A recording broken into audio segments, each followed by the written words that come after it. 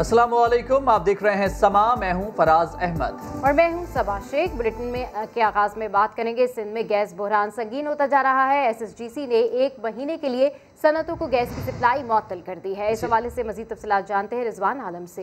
रिजवान, बताएगा, एक तरफ सनतों को तरक्की देने की बात हो रही है तो वहीं गैस की बंदिश, क्या फैसला है ये? जी देखिए, बहुत ही अजीब और गरीब समझ आई है SSGC के हवाले से। आज ही सदर मुमलिकत से गवर्नर हाउस में मुलाकात की और गैस बहरान की शिकायत करी और सदर मुमलिकत ने उनको यकीन दहानी कराई कि वो इस पे जो है बात करेंगे मुताल्लिक़ वज़ारत से। और कल ही जो एक नोटिफिकेशन रात में SSGC ने जारी कर दिया है कि कराची की तमाम इंडस्ट्रीज के कैप्टिव पावर प्लांट्स को जो है गैस की सप्लाई जो है वो 1 महीने के लिए मुअत्तल कर दी है। 1 महीने कहा है कि गैस नहीं मिलेगी। SSGC ने कहा है कि उनको मुख्तलिफ फील्ड से जो है वो 150 MMscfd गैस की किल्लत का सामना है, जिसकी वजह से गैस शॉर्टेज हो गई है और घरेलू सार्फिन उनकी पहली तरजीह है। इसलिए हम उनके कैप्टिव पावर प्लांट्स को, सनतों के कैप्टिव पावर प्लांट्स को गैस फराहम नहीं कर सकते पूरे जनवरी के महीने में। जी, तफसीलात के लिए आपका बहुत शुक्रिया रिजवान आलम। अहम खबर है, सिंध में गैस बहरान संगीन हो चुका है। SSGC ने 1 महीने के लिए सनतों को गैस की सप्लाई मुअत्तल कर दी है, जिसकी वजह से सनतकारों की जानिब से शदीद तहफ़्फ़ुज़ात का इजहार किया जा रहा है। एक जानब जहाँ सनतों को तरक्की देने की बात हो रही है, वहीं दूसरी जानब सनतों को 1 माह के लिए गैस की बंदिश का फैसला कर लिया गया है। नॉन एक्सपोर्ट इंडस्ट्रीज के कैप्टिव पावर प्लांट्स को जनवरी में गैस नहीं दी जाएगी, जिससे एक बड़े पैमाने पर उन्हें नुकसान होने का खदशा है। गैस की शदीद किल्लत का सामना है। SSGC ने यह नोटिफिकेशन जारी कर दिया है कि 1 महीने के लिए सनतों को गैस की फराहमी नहीं की जाएगी। सनतकारों की जानिब से आज ही सदर मुमलिकत से गैस बहरान की शिकायत की गई थी। उसके बाद ये फैसला आया है। सनतकारों की जानिब से जो तहफ़्फ़ुज़ात जाहिर किए गए थे उन पर तो अमल दरामद ना हुआ, अलबत्ता 1 माह के लिए सनतों को गैस की फराहमी मुअत्तल की गई है। इसी हवाले से मजीद बात करने के लिए हमें ज्वाइन किया है शमसुल इस्लाम साहब ने। बहुत शुक्रिया सर, आपने समा के लिए वक्त निकाला। सर, ये अहम मामला है, सिंध में गैस बहरान संगीन से संगीन तर होता जा रहा है। SSGC ने 1 महीने के लिए सनतों को गैस की सप्लाई मुअत्तल कर दी है। क्या कहेंगे इस पे आप? देखिए जी, सबसे पहले तो आपको ये होना चाहिए कि पता कि हमारे यहाँ एक्सपोर्ट्स की बहुत ज़रूरत है। इस वक्त जो हमारे मुल्क की इकॉनमी का हाल है, अगर उसमें एक्सपोर्ट नहीं बढ़ी तो हमारी इकॉनमी जो है बहुत बुरी तरह से मुतासिर होगी। और आपको पता है कि एक्सपोर्ट ओरिएंटेड इंडस्ट्रीज जो है वो सिर्फ 5 एक्सपोर्ट सेक्टर नहीं है, बहुत सारे सेक्टर्स हैं।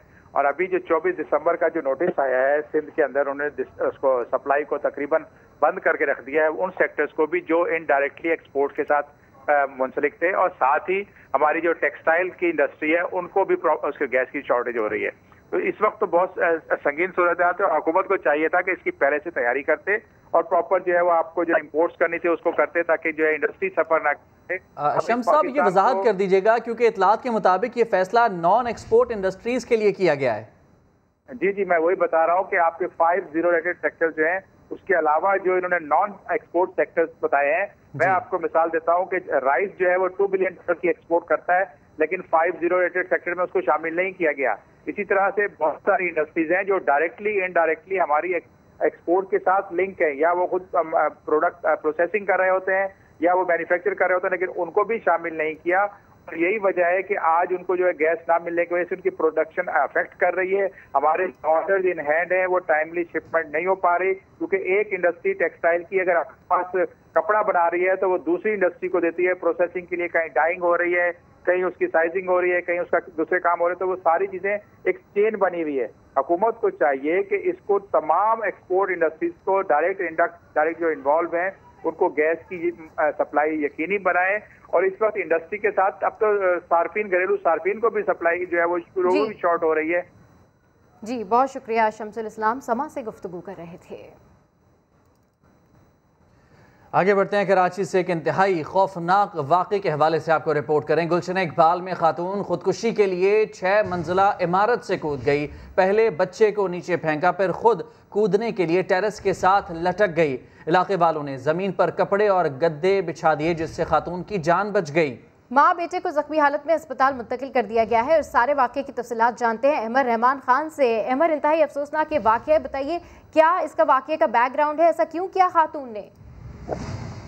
जी देखिए, अभी पुलिस की जानिब से जो बयान दिया गया है, एसपी गुलशन से हमारी बात हुई है तो वो ये बताते हैं कि ये खातून नशे की आदी थी और नशा जो है वो किया करती थी। एसपी गुलशन का ऐसा बताना है और उसी से छुटकारा दिलाने के लिए घर वालों की जानिब से इनको कमरे में बंद कर दिया गया था बच्ची समेत, लेकिन इन्होंने ये आदत तर्क नहीं की और सबसे पहले इन्होंने अपना मोबाइल जो है वो कमरे से नीचे फेंका है और उसके बाद जब नीचे लोगों का रश जमा हुआ तो उसके बाद वो खुद भी जो है वो छत पर चढ़ गई और उन्होंने अपनी 2 साला बच्ची को जो है वो नीचे फेंका और उसके बाद जो है वो खुद उन्होंने छत से जो है वो छलांग लगाई। पुलिस का ये कहना है, एसपी गुलशन से हमारी बात हुई है तो वो ये बताते हैं कि जी इलाका मकीन और उनके घर वाले जो हैं वो ये बताते हैं कि ये खातून की दूसरी शादी है। फैसल नामी शख्स से इनकी शादी हुई है और ये खातून जो है वो नशा करती थी, मंशियात की आदी थी। घर वाले ये आदत छुड़वाना चाहते थे, इसकी वजह से इनको एक कमरे में बंद करके रखा हुआ था, लेकिन खातून की जानिब से इस आदत को ना छोड़े जाने पर एक तरह का पुलिस की जानिब से तो ये कहा जा रहा है कि ये खातून नशा करती थी और उन्हें नशे से छुड़ाने की कोशिश की जा रही थी। जो अहले इलाका वहां पर मौजूद हैं, क्या उनसे भी आपकी कोई बात हुई है? क्या उन्होंने इस मौक़िफ़ की तायीद की है किसी तरीके से? जी देखिए, अभी इलाका मकीन तो इस हवाले से कुछ नहीं कहते हैं, वो काफी घबराए हुए दिखाई देते हैं। इस वाक़े के हवाले से कोई बात नहीं कर रहा है, लोग थोड़े घबराए हुए दिखाई देते हैं क्योंकि वो ये जरूर कह रहे हैं कि आए दिन इस खातून की शोर की आवाजें या चीखने की आवाजें जो है वो जरूर आती थी, लेकिन कोई ऐसा वाक़या जो है वो माजी में कभी रिपोर्ट नहीं हुआ कि ये दोबारा जो है वो माजी में कभी छत पर चढ़ी हो या इन्होंने कूदने की कोशिश की हो। तो इस तरह के वाक़यात माजी में कभी रिपोर्ट नहीं हुए इनकी जानिब से। जी बिल्कुल। अच्छा अहमर, ये बताइएगा कि इन खातून के हवाले से अहले इलाका जो है उनका तो यही कहना है कि घर से शोर की आवाज़ें आती थी, इनके शौहर से कोई राब्ता हो सका है, उनसे बात हो सकी, उनका कोई मौक़िफ़ सामने आया? अभी तक जो है वो कोई मौक़िफ़ उनकी जानिब से सामने नहीं आया है। अभी इलाका मकीन भी काफी जो है वो इस हवाले से बात नहीं कर रहे हैं, ना इनके घर वाले जो है वो इस हवाले से कोई बयान दे रहे हैं। पुलिस के अफसरान अभी उनका बयान लेने के लिए, खातून का बयान लेने के लिए अस्पताल पहुंचे हैं और खातून का बयान जो है वो कलमबंद किया जा रहा है इस हवाले से। ये अभी पुलिस अफसरान से हमारी बात हुई है तो वो कहते हैं कि बच्ची की हालत भी खतरे से बाहर है और वालिदा की हालत यानी कि मरियम की हालत भी खतरे से बाहर है, तो इसलिए जो है वो उनका बयान भी रिकॉर्ड किया जा रहा है कि वो क्या कहती हैं इस हवाले से। लेकिन जो घर वाले हैं उनकी जानिब से पुलिस को यह बयान दिया गया है कि खातून नशा करती थी, नशे की आदी थी, जिसकी बिना पर खातून को कमरे में बंद किया गया था। तफसीलात के लिए आपका बहुत शुक्रिया अहमद रहमान खान। आगे बढ़ते और आपको बताएं कि क्या अब शहरी मुहाफिजों से भी महफूज नहीं। इस्लामाबाद में सीटीडी एहलकारों ने निहत्ते नौजवान को गोलियों से भून डाला, गाड़ी पर सामने से भी फायरिंग की गई। मकतूल के वालिद कहते हैं कि बेटे को जाती रंजिश पर मौत के घाट उतारा गया है। पुलिस अफसरान ने नौजवान को बेकसूर करार दे दिया। 5 एहलकारों को गिरफ्तार किया गया है। नूरुल अमीन दानिश रिपोर्ट करेंगे। इस्लामाबाद पुलिस ने दरिंदगी की इंतहा कर दी, हमारे रोकने पर रुके क्यों नहीं। इतने से जुर्म की पादाश में सीटीडी एहलकारों ने गाड़ी में सवार नौजवान पर गोलियों की बौछार कर दी। 21 साला उसामा 6 गोलियां खाकर मौका पर ही जान बहक हो गया। मकतूल के वालिद की दरखास्त पर थाना रमना में मुकदमा दर्ज। फायरिंग करने वाले इंसदाद दहशतगर्दी के एहलकारों के खिलाफ मुकदमे में दहशतगर्दी की दफात शामिल कर ली गयी।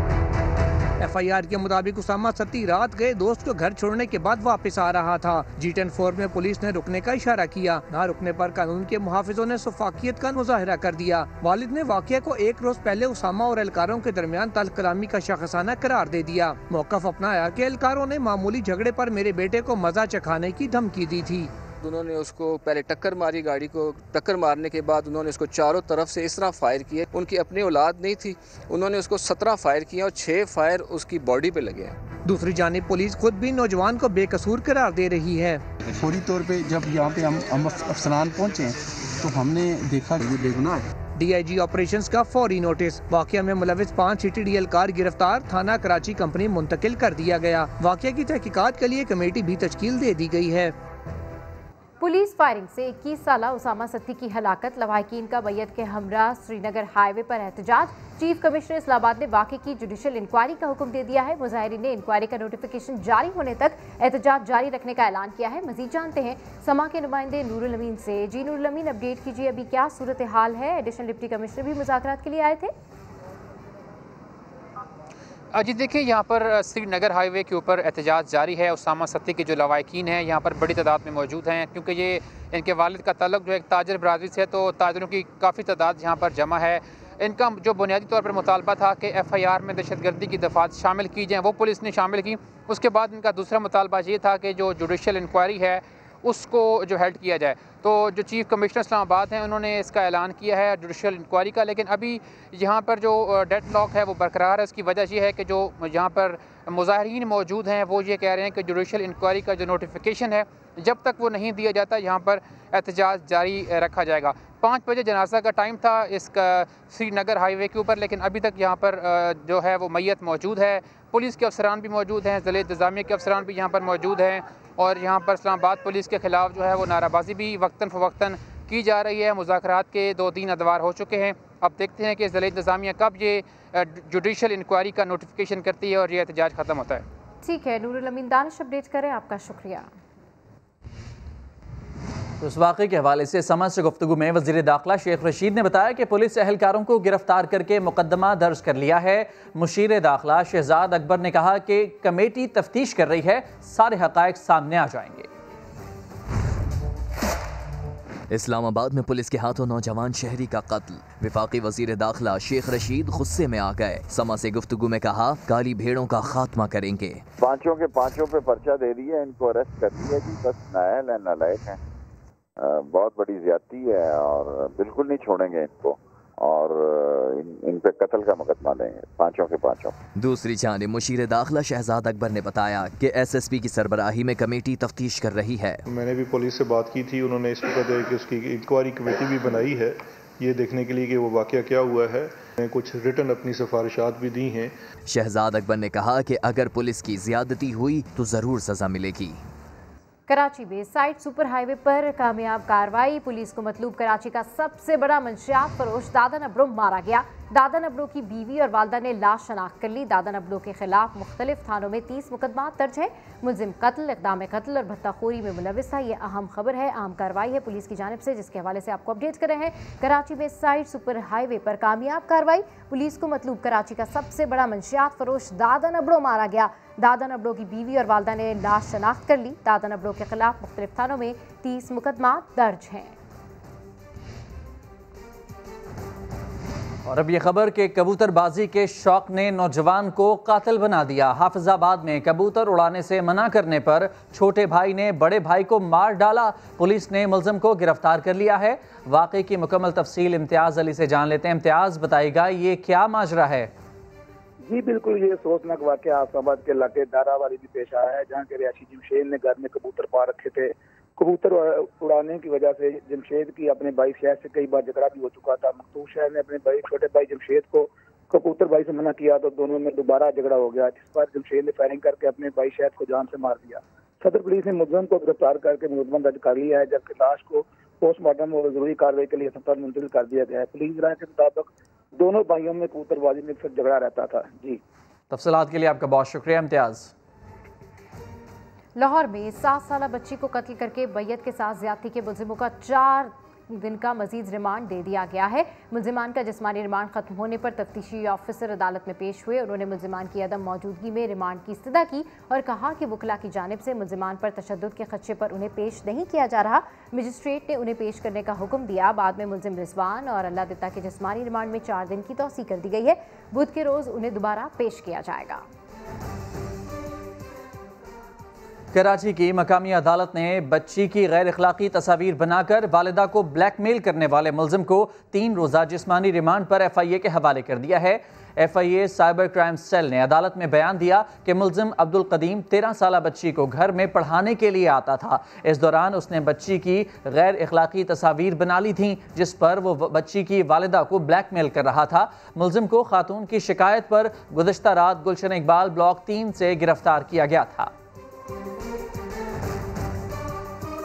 लालच बुरी बला है, मगर लाहौर के नदीब ने शायद इस कहावत के बारे में सोचा तक नहीं। अमरीकी हसीना से दोस्ती के चक्कर में ऐसा चकराया कि 27 लाख रुपए गवा बैठा।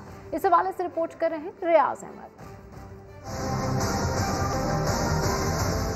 लाहौर के रिहायशी नदीम ने तन्हाई की एक रात में गपशप के लिए सोशल मीडिया पर किसी गैर मुल्की हसीना की तलाश शुरू की। कुछ देर में उसको एक अमरीकी रोज हेलन ने फ्रेंडशिप रिक्वेस्ट भेजी।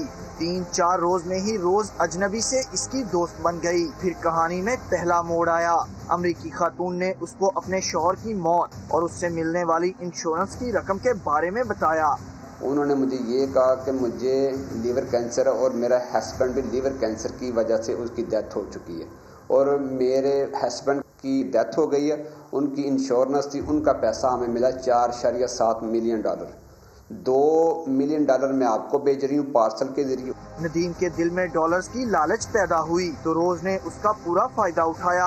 उसी गैंग की एक और रुकन आमना अजीज ने सरकारी एहलकार बनकर नदीम से राब्ता किया और उसे बताया कि डॉलर से भरा एक पार्सल उसका मुंतजिर है, लेकिन उसको रकम के हसूल के लिए पैसे देना होंगे वरना पकड़े जाओगे। मैं इतने में डर गया, मेरी फैमिली भी डर गई और मैंने 1,30,000 रुपया उनको दे दिया। आमना अजीज ने कहा कि अब अक़वाम मुत्तहिदा के महकमा इंसदाद दहशतगर्दी वालों को क्लियरेंस के लिए जुर्माना देना होगा। आमना अजीज जो रिसेप्शन थी कस्टम की, वो कह रही कि अब उनकी डिमांड है 3,65,000 रुपये जो वो क्लियर करेंगे। इसके बाद डिलीवरी कंपनी के नाम पर लूटा गया। उसके बाद चले गया डिलीवरी कंपनी के पास, उन्होंने भी तकरीबन 3 से 4 लाख डिमांड की। नदीम को फिर कहा गया कि डिलीवरी नहीं हो सकती। कुछ मसाइल की वजह से पार्सल वापस चला गया। फिर दोबारा उसी हसीना की एंट्री हुई। जो रोज हिलन थी जिसने पार्सल सेंड किया था, उसने बोला परेशान ना हो, ये जितनी अमाउंट है $2 मिलियन ये आपके EH नेशनल बैंक कैलिफोर्निया का बैंक है, आपका बैंक ऑफशोर के जरिए उस बैंक के आपका अकाउंट ओपन होगा और सारी अमाउंट आपके अकाउंट में ऐड हो जाएगी। रोज हेलन ने फिर IMF टैक्स के नाम पर पैसे बटोरे। ये मुझे डिमांड की है कि ये $2 मिलियन है, इसका 2% टैक्स आप IMF को देंगे टैक्स, तो उसके बाद आप अपनी रकम ले सकेंगे। नदीम मजमूई तौर पर 27 लाख रुपए से ज्यादा रकम दे चुका है। अब वो हुकूमत से अपील कर रहा है। इंसाफ की अपील करता हूँ कि ये जितनी भी FIA फेडरल इन्वेस्टिगेशन एजेंसी वो अपना हर तरीके से अपनी कोशिश करके मुझे इंसाफ दिला दें। सोशल मीडिया से शुरू होने वाली दोस्ती नदीम के 27 लाख खा गई। ऐसे सादा लोग पाकिस्तानियों की मदद कौन करेगा? कौन उनको बताएगा कि रोज हेलन से किसी सूरत दोस्ती नहीं करनी? और इस वक्त हमारे साथ cyber security expert Rafay Baloch मौजूद हैं, उनसे बात कर लेते हैं। राफे साहब, बहुत शुक्रिया आपका समा से बात करने के लिए। राफे साहब, ये बताएगा कि यकीनन ये कोई पहला केस तो नहीं है, अक्सर इस तरह के झांसों में लोग आते रहते हैं, इसे सादगी कहा जाए या लालच कहा जाए, लेकिन एहतियाती तदाबीर क्या हैं जो कि इख्तियार करनी चाहिए इस तरह के फ्रॉड से बचने के लिए? देखिए, इसमें 2 फैक्टर होते हैं, एक फियर का फैक्टर होता है और एक ग्रीड का फैक्टर होता है जो लोग एक्सप्लॉइट कर रहे होते हैं। अब जो ये स्कैम जो आपने बताया है, ये बड़ा फेमस नाइजीरियन स्कैम है। इसमें नॉर्मली लोगों को अप्रोच किया जाता है और बताया जाता है कि जी कोई खातून अप्रोच करेगी और वो कहेगी जी मेरे फादर ने मेरे लिए एक फॉर्चून छोड़ दी है और मैंने जी वो वेल्थ जो है वो ट्रांसफर करनी है, तो उसके लिए जी मुझे आपकी हेल्प चाहिए और उसमें मुझे आपसे जी प्रोसेसिंग फी चाहिए। तो जैसे आप फर्स्ट टाइम पेमेंट करते हैं और वैसे वैसे वो नेक्स्ट स्टेप्स बढ़ते जाते हैं और मजीद प्रोसेसिंग फीस और टैक्सेशन जो है वो ऐड होते जाते हैं और एक टाइम ऐसा आता है कि बंदे के पास जितनी वेल्थ होती है वो सारी की सारी लूज कर जाता है उनके हाथों। इसके अलावा मोस्टली जो ऑनलाइन एक्सटॉर्शन स्कैम्स भी होते हैं, उसमें ये होता है कि कोई खातून जो है वो अप्रोच करती है और मोस्टली यंगस्टर्स को अप्रोच करती है इन देयर टीनेजेस और उनसे दोस्ती करने के बाद उनको कहती है कि जी आप वेबकैम पर आ जाएं। वो वेबकैम पर आते हैं और वेबकैम पे जो भी होता है वो रिकॉर्ड कर लेते हैं और रिकॉर्ड करने के बाद वो एक प्री रिकॉर्डेड वीडियो जो है वो चला रहे होते हैं। बैक एंड पे एक पूरा ऑर्गेनाइज क्राइम गैंग होता है और उसके बाद उनसे जो है ना वो पैसे एक्सटॉर्ट करना स्टार्ट कर देते हैं। और इसमें बहुत सारे ऐसे केसेस हैं जिसमें नौजवानों ने सुसाइड तक भी कमिट किए हैं, क्योंकि एक दफ़ा आप स्कैमर्स को अगर पैसे दे दें तो उसके बाद वो ये कहते हैं कि एक दफ़ा कोई अपनी डिग्निटी और रिस्पेक्ट बचाने के लिए अगर पैसे देगा तो वो बार बार जो है ना पैसे दे सकता है, तो वो बार बार पैसों की जो है वो डिमांड कर रहे होते हैं। मोस्टली फिलीपींस, मोरक्को और वियतनाम से जो है ना ये ग्रुप्स ऑपरेट कर रहे होते हैं। सिमिलरली कभी आपको एक ईमेल आएगी और उसमें ये कहा जाएगा कि जी हमारे पास आपकी कुछ पर्सनल डिटेल्स हैं। ठीक, अच्छा राफे साहब, ये बताइएगा कि बचा कैसे जाए इस तरह की कार्रवाइयों से, और ये भी बताइएगा कि क्या हमारी साइबर सिक्योरिटी, क्योंकि ये बाहर से ऑपरेट कर रहे होते हैं, दूसरे मुल्कों से ऑपरेट कर रहे होते हैं, तो इनके खिलाफ कोई एक्शन ले सकती है? देखिए, 2015 में एक एक्शन हुआ था, एक सुसाइड केस हुआ था एक किसी कंट्री में, और उसके बाद जो है इंटरपोल ने एक एक्शन लिया था फिलीपींस में, एक पूरे गैंग को उन्होंने अरेस्ट किया था जो यही काम करते थे। उसमें से 260 कंप्यूटर्स जो रिकवर हुए थे। आप इससे अंदाजा लगा सकते हैं कितना मैसिव साइज है। उसके बाद कोई इक्का दुक्का ऑपरेशन हुए हैं, लेकिन नॉर्मली ये जो पैसे होते हैं ये रिकवर नहीं होते।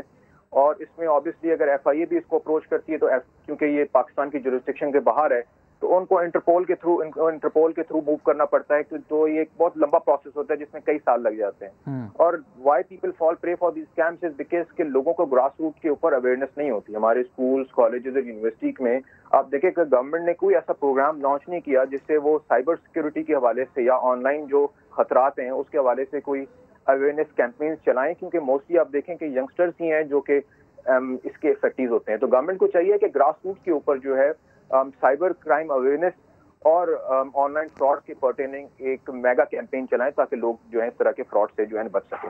ठीक है, बहुत शुक्रिया आपका राफिज साहब, आपने बहुत इंफॉर्मेटिव गुफ्तगू की।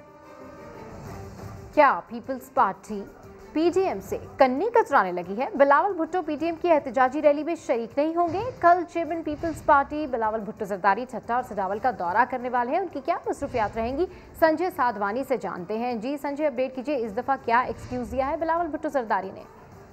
जी बिल्कुल, बिलावल भुट्टो जरदारी PDM की जो एहतजाजी रैली है कल बावलपुर में होने जा रही है, जिसमें शरीक नहीं होंगे।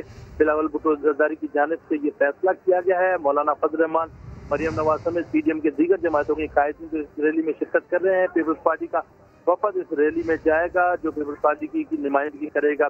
इससे कबल बिलावल भुट्टो जरदारी मर्दान की रैली में भी शरीक नहीं हुए थे। पाकिस्तान पीपल्स पार्टी की जानिब से सिंध में जो PDM की एहतजाजी रैली थी सक्खर, हैदराबाद, कराची में, उन्हें भी जो है वो मनसूख करा दिया गया है। तो PDM की जो दूसरे मरहले की एहतजाजी तहरीक है उससे पाकिस्तान पीपल्स पार्टी के चेयरमैन कतरा रहे हैं। मर्दान जलसे में भी नहीं गए। कल एहतजाजी जो रैली है बावलपुर में हो रही है उसमें भी बिलावल भुट्टो शरीक नहीं होंगे। बिलावल भुट्टो जरदारी कल ठट्टा और सुजावल जाएंगे, जहाँ पर पार्टी रहनुमाओं के इंतकाल पर उनके बुरसादे ताजिज़ करेंगे। ठीक है, संजय साधवानी अपडेट करें, आपका शुक्रिया। आगे बढ़ते हैं, एक अहम खबर आपको देंगे। मुल्क भर में 25 जनवरी से तालीमी इदारे खोले जाने का इम्कान है। इदारे मरहलावार खोले जा सकते हैं। हतमी फैसला 4 जनवरी को बैनुल सूबाई वज़राए तालीम कॉन्फ्रेंस में किया जाएगा। वफाक की जानिब से क्या तजावीज़ दी गई हैं, जानते हैं फराह रब्बानी से। फराह रब्बानी, तफसीलात से आगाह कीजिएगा। जी बिल्कुल, विफाक की जानिब से तजावीज़ दी गई हैं कि स्कूलों को मरहलावार खोला जाए।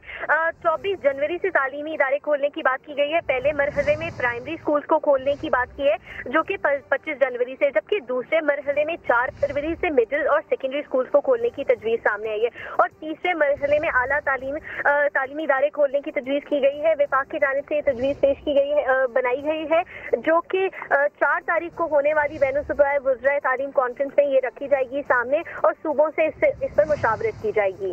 तफसीलात के लिए आपका बहुत शुक्रिया फराह।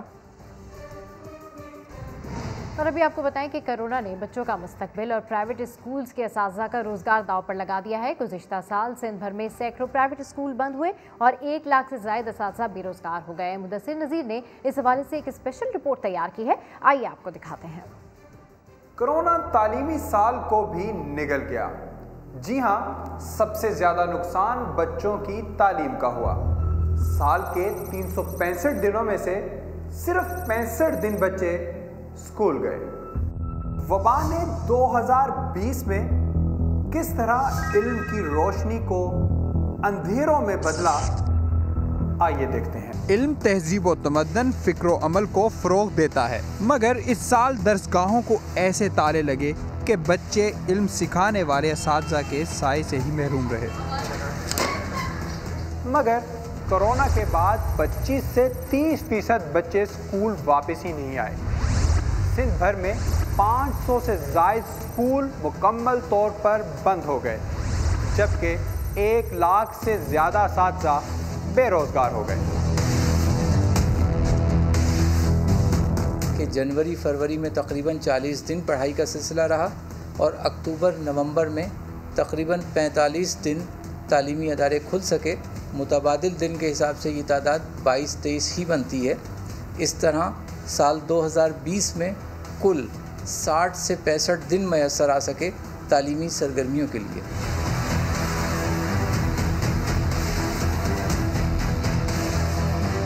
पैंडेमिक की वजह से मैं ही नहीं, मेरे साथ और भी बहुत सारे टीचर्स घरों पे बैठ गए। आज जो मैंने देखा तो अंदर से दिल मेरा खून के आंसू रो रहा है, क्योंकि ये वो जगह है जहाँ बच्चे बैठते थे, बच्चे खिलखिलाते थे और बच्चों के कहकहों की आवाज़ें आती थी, बच्चों के पढ़ने की आवाज़ें आती थी। ये एक जीती जागती जगह थी जो कि अब बिल्कुल वीरान पड़ी हुई है। कोरोना के बाद ऑनलाइन क्लासेस शुरू तो हुई, मगर 90% तालीमी इदारे और 95% वालिदैन ऑनलाइन सहूलियात से ही महरूम हैं। एक ख़ानदान में अगर 5 बच्चे हैं तो सिर्फ एक बच्चे के पास मोबाइल फ़ोन या लैपटॉप मौजूद है। अब किसको पढ़ना है, किसको नहीं पढ़ना, परेशानी तो सबको है। My topic is type of chemical reaction. There are 5 chemical type of chemical reaction. Number 1 is decomposition reaction. हम पहला जो टाइप पढ़ने जा रहे हैं वो है decomposition reaction. हमारा जो सब्सटेंस है ये डिकम्पोज मीन्स ये ब्रेक डाउन हो जाता है। बहुत मुश्किल होता है। जैसे आज ही अगर मैंने कोई क्लास ली है, 40 की स्ट्रेंथ है, तो मुश्किल से मेरे पास 6 या 10 स्टूडेंट्स आए थे। फिर हमारे प्रैक्टिकल्स भी हो रहे हैं। अभी आप देखें कि 9 मैट्रिक में अभी तक हमने कोई प्रैक्टिकल्स नहीं करवाए, क्योंकि प्रैक्टिकल नॉलेज नहीं जा रही, सिर्फ आप लेक्चर डिलीवर कर रहे हैं और कुछ भी नहीं। जो स्टूडेंट्स अभी इस वक्त मैट्रिक में, अब वो फर्स्ट ईयर में जाएंगे और जिन्होंने बेसिक नॉलेज नहीं ली, अभी गवर्नमेंट ने रिड्यूस सिलेबस भेजा है। अब जब वो फर्स्ट ईयर में जाके उसकी बेस नहीं बनी होगी तो आप खुद बताएं कि वो उस बेस को स्किप करके जब वो जाएगा तो उसे तो कुछ मालूम ही नहीं होगा। तालीमी नुकसान कितना हो रहा है ये तो वज़ीर तालीम सिंध भी तस्लीम करते हैं। हमारे मुल्क में कई इलाके ऐसे हैं जहाँ पर इंटरनेट की सहूलत मुयस्सर नहीं है।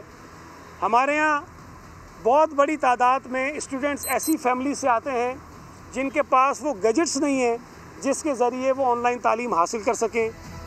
मैट्रिक और इंटर की प्रमोशन पॉलिसी के बाद प्राइवेट स्कूल्स और कॉलेजेस में दाखिलों का म्यार बिल्कुल गिर गया है। इसकी वाज़ेह मिसाल कराची यूनिवर्सिटी में होने वाले दाखिला टेस्ट हैं, जिनमें 71% बच्चे फेल हुए तो जामिया कराची को नताइज के बाद दाखिला टेस्ट मंसूख करना पड़े और ओपन मेरिट पर दाखिले लेने का फैसला किया गया। कॉलेजेस और यूनिवर्सिटीज़ में दाखिले के उम्मीदवार ही नहीं, ज़ेर तालीम तलबा और तालिबात भी तहकीक के मैदान में आगे नहीं बढ़ सके। आलमी वबा के खिलाफ अभी जंग ख़त्म नहीं हुई। 2021 में का तालीमी साल का सूरज गरूब ही रहेगा, ये फैसला हुकूमती हिकमत अमली करेगी। कैमरामैन राशिद इशरत के साथ मुदस्सिर नज़ीर, समा, कराची। चेयरमैन रुयत हिलाल कमेटी मौलाना अब्दुल खबीर आज़ाद कहते हैं कि मुफ्ती शहाबुद्दीन पोपलजई से मिलकर चांद के हवाले से तनाज़ात ख़त्म करेंगे। उन्होंने ये भी दावा किया कि मुफ्ती मुनीब को हटाने का मामला काफ़ी अरसे से चल रहा था, कोई साजिश नहीं हुई। चेयरमैन रुयत हिलाल कमेटी का कहना था कि अगर बिलावल भुट्टो ने दावत दी तो उनका निकाह ज़रूर पढ़ाएंगे और वो हमारे लिए बहुत मोहतरम हैं हज़रत मौलाना शहाबुद्दीन पोपलजई साहब, और हमारा बिल्कुल इरादा हम रखते हैं कि उनके पास जाएंगे, उनसे मुलाकात करेंगे और हम उनको भी साथ लेकर आना चाहते हैं। तो ऐसे तनाज़ात इंशाअल्लाह आइंदा नहीं होंगे और ना ही ऐसी बात होगी। अब हम उन झगड़ों को ख़त्म करेंगे, फ़िक्र न करें। कह रहे हैं कि मुफ्ती मुनीब को किसी साजिश के तहत हटाया गया, क्या आपको ऐसा लगता है? कोई साजिश नहीं है, कोई बात नहीं है, कोई ऐसी चीज़ नहीं है जो कि हुकूमत ने फैसला, ये बड़े अरसे दराज से कोई चल रहा था। साहब की शादी होती है तो उनके निकाह, अगर वो मुझे कहेंगे और मुझे दावत देंगे तो मैं ज़रूर उनका निकाह पढ़ाऊँगा। JUIF के सरबराह मौलाना फजलुर रहमान कहते हैं कि हम साजिश नहीं बल्कि चोरी के वोट से आने वालों के खिलाफ बगावत कर रहे हैं। 72 घंटों में FIR काटने की बातें करने वाले 72 घंटे में वजारत पर नहीं रहेंगे। साजिश नहीं कर रहे, हम बरमला अलल ऐलान अवाम के साथ शाना बशाना होकर इस हुकूमत के खात्मे की तहरीक चला रहे हैं। हम खुलकर इस हुकूमत के खिलाफ बगावत कर रहे हैं। हम फौज के एहतराम में, फौज के तकद्दुस में कोई फ़र्क नहीं लाना चाहते। हम पूरे जनरल्स का एहतराम करते हैं, लेकिन अगर फौज सियासत में मुदाखलत करेगी तो डंके की चोट उनको कहेंगे कि तुम अपने हल्फ की खिलाफ वर्जी कर रहे हो। ये उनकी बौखलाहट और खौफ की अलामत है कि एक निहत्थी तंजीम जो रज़ाकार है, जो दरिया बिछाने वाली, जलसे के इंतज़ाम को और जिनकी तारीफ़ें कर चुके हैं इससे कबल ये लोग, जमीयत उलमा इस्लाम एक रजिस्टर्ड पार्टी है और हर तंजीम की एक रज़ाकार तंजीम हुआ करती। तुम्हारा कानून बेबस हो जाएगा, मैं उस कानून का एहतराम करूँगा जो कानून मुझे तहफ़्फ़ुज़ फराहम करेगा। जमीयत उलमा इस्लाम के साबिक सीनियर रहनुमा मौलाना शिरानी कहते हैं कि जमीयत उलमा इस्लाम की रजिस्ट्रेशन जमीयत उलमा इस्लाम फजल रहमान के नाम से है, जो जमाती दस्तूर के मुताबिक नहीं। इलेक्शन कमीशन को नोटिस लेना चाहिए। PTM वाले अलग अलग मुफादात के तहत जमा है। जो इलेक्शन कमीशन में रजिस्ट्रेशन करवाई गई है, 2 दफ़ा वहाँ पे रजिस्ट्रेशन है जमीयत उलमा इस्लाम पाकिस्तान फजल रहमान।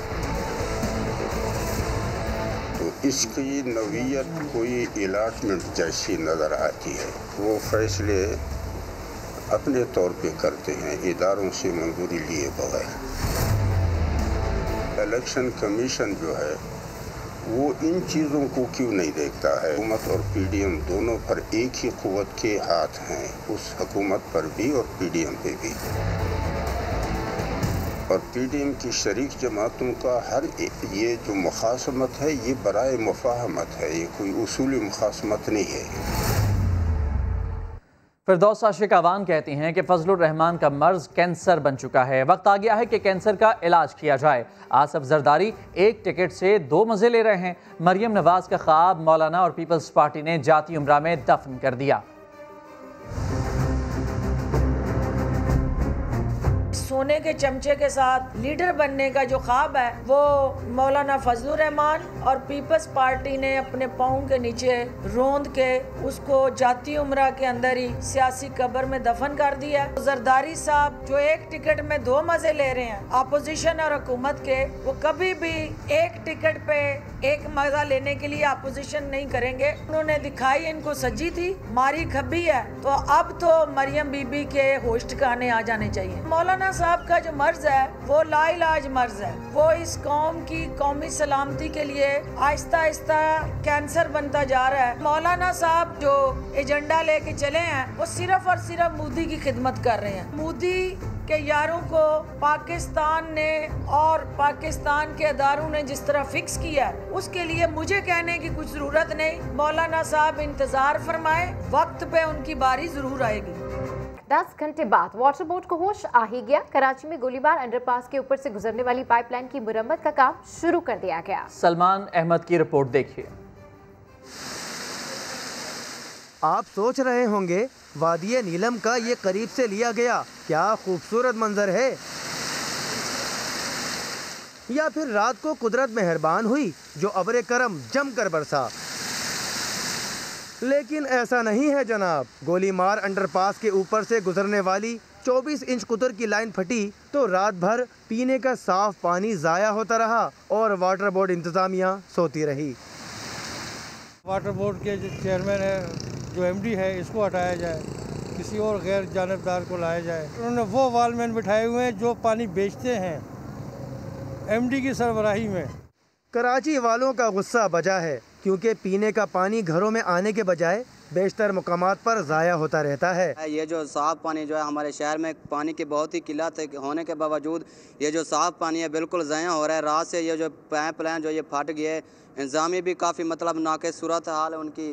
कराची में और जगह भी कि रोडों में पानी पड़ा होता है और लोगों को मैसर नहीं होती, तो चाहिए तो ये कि भाई एक निज़ाम बनाया जाए कि पहले पानी का भी ख्याल रखा जाए। ये भी अल्लाह की नेमत है। वाटर बोर्ड हुकाम को 10 घंटे बाद होश आया, लेकिन जब तक सैकड़ों गैलन पानी ज़ाया हो चुका था। पानी भर जाने की वजह से अंडरपास भी ट्रैफिक के लिए बंद रहा, जिसकी वजह से लियाकताबाद से पाक कॉलोनी और साइड एरिया जाने वालों को परेशानी का सामना रहा। शहरी कहते हैं कि अगर फटने वाली लाइनों की फौरी तौर पर मुरम्मत कर दी जाए तो पीने का साफ पानी ज़ाया भी ना हो और लोगों को मुश्किलात का सामना भी ना करना पड़े। कैमरामैन फरहान यूसुफ के साथ सलमान अहमद, समा, कराची। कराची में लियारी एक्सप्रेस वे पर लगे स्पाइक्स टूटने से हादसात होने लगे हैं। नेशनल हाईवे अथॉरिटी ने जिम्मेदारी चोरों पर डाल दी। शाहनवाज कादरी की report. Karachi Lyari express way पर लगे स्पाइक्स खराब हो गए।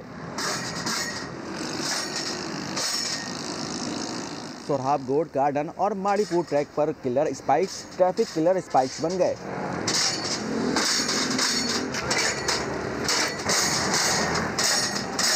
मेरी गाड़ी का स्टीयरिंग जाम हो गया जब मैंने इसके ऊपर से गाड़ी अपने क्रॉस की, तो फिर मुझे सडनली पता चला कि मेरा लेफ्ट वाला जो है फ्रंट व्हील जो है वो बस्ट हो चुका है। तो मैंने गाड़ी थोड़ी साइड में करी, मेरे आगे एक और गाड़ी थी। जब मैंने आगे वाली गाड़ी वाले से पूछा कि क्या हुआ, तो देखा तो उसके तो अगले दोनों व्हील ही बस्ट हुए थे। NHA के assistant director maintenance Irfan Sheikh से पूछा, कहने लगे स्पाइक्स खराब मेयार के नहीं, बल्कि चोर बहुत आ गए हैं शहर में, लोहा चुरा ले जाते हैं। तर्जुमान मोटरवे ने बताया, लियारी एक्सप्रेसवे पर टूट जाने वाले किलर्स के आगे रुकावटें लगा दी हैं और NHA को भी बता दिया है। कैमरामैन कासिम रईस के साथ शाहनवाज अली, समा, कराची। बुलेटिन से फिलहाल इतना ही। एक ब्रेक के बाद हाजिर होंगे हेडलाइंस के साथ। देखते रहिए समा।